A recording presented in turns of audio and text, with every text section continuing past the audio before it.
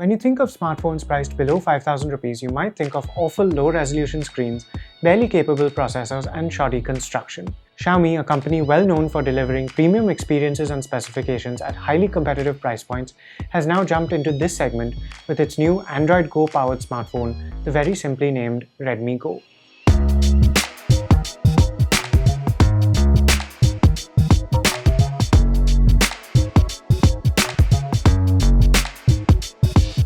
The Redmi Go looks pretty plain and it's made entirely out of plastic, but you wouldn't think that it costs less than 5,000 rupees just by looking at it. The back is nicely curved and there are no ugly seams. The 5-inch screen has a 16:9 aspect ratio and there are pretty thick borders at the top and at the bottom. The Android navigation buttons are capacitive and they're below the screen. They aren't backlit, which is one of our only complaints with the construction of this phone. At 5 inches, the screen is quite sharp, and while colors are muted, viewing angles are pretty good. You might think it looks a little old-fashioned, but at this price, that shouldn't be a complaint. It's smaller and lighter than most of today's budget smartphones. There are two trays on the left, one for a nano SIM and a micro SD card, and the other for just another nano SIM. This phone does support 4G on both SIMs, but only one can be used at a time. The power and volume buttons are on the right. There's a 3.5mm audio socket on the top, and at the bottom we have a micro USB port, one microphone, and a speaker grill. One thing you won't find on this phone is a notification LED. The Redmi Go uses the Qualcomm Snapdragon 425 processor, which is quite dated, but where we've seen it before is in phones that cost quite a lot more. The 720x1280 screen resolution is a pleasant surprise for a phone at this price. However, it's disappointing that we have only 1GB of RAM and 8GB of storage, which will run out very quickly.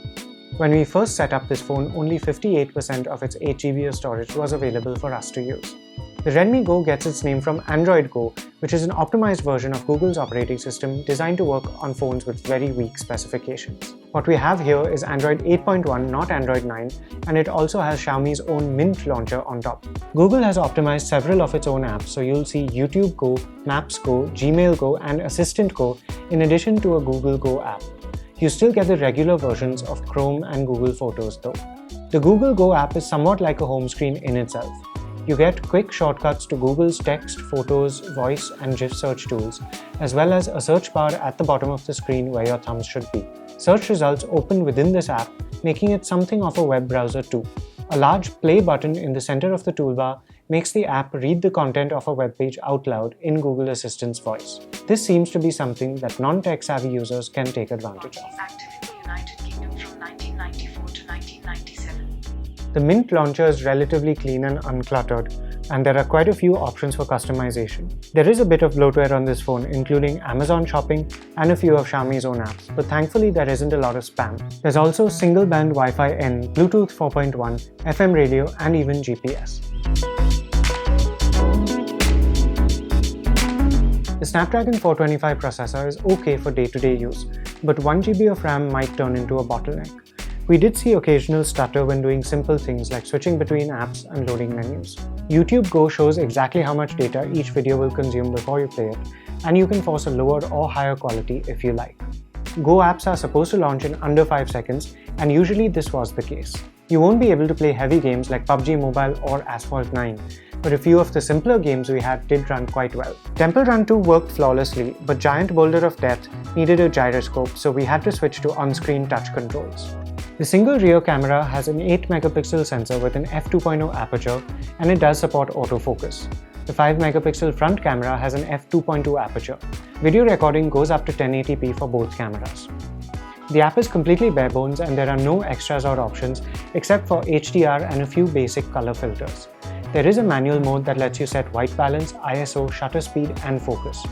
Many of the photos that we took in bright daylight did come out looking quite good on the phone's own screen, but when you do look at them at 100% on a larger monitor, you'll notice the lack of details. Texture seemed artificial and quality was clearly lacking. The Redmi Go also didn't seem to do particularly well with close-ups, which is usually something that even low-end phones are good at. As for shots taken in the dark, most of our samples came out looking noisy and grainy. Shots were usually bright enough for objects to be made out, even if they didn't look very good. You might be able to use these photos on social media and send them through messaging apps, but that's about it. The 3000 mAh battery was enough to get us through a full day with a little bit left over. But of course, our tasks were limited to simple things such as calling, messaging, and reading pages on the internet. Our HD video loop test ran for a decent 9 hours 50 minutes. The Redmi Go isn't as attention-grabbing as Xiaomi's slightly higher-priced offerings, but it still offers relatively good hardware for the price. That's a big win for people with very tight budgets or very simple needs. We just wish that there was at least an option with more RAM and storage space. There aren't a lot of competitors that can match these specifications at this price, but for example, there is the Asus Zenfone Lite L1, which was officially launched for just under 7,000 rupees but sells for 4,999 rupees quite regularly on sale. For just 500 rupees more than the Redmi Go costs, you can get the more powerful Snapdragon 430 processor, more RAM, and better storage. That brings us to the point that while the Redmi Go is a great phone for its price, you can get much better hardware and much better experiences if you can spend just a little more money. Thanks for watching. That was our review of the new Xiaomi Redmi Go. For more reviews and videos like this, do visit us at gadgets360.com.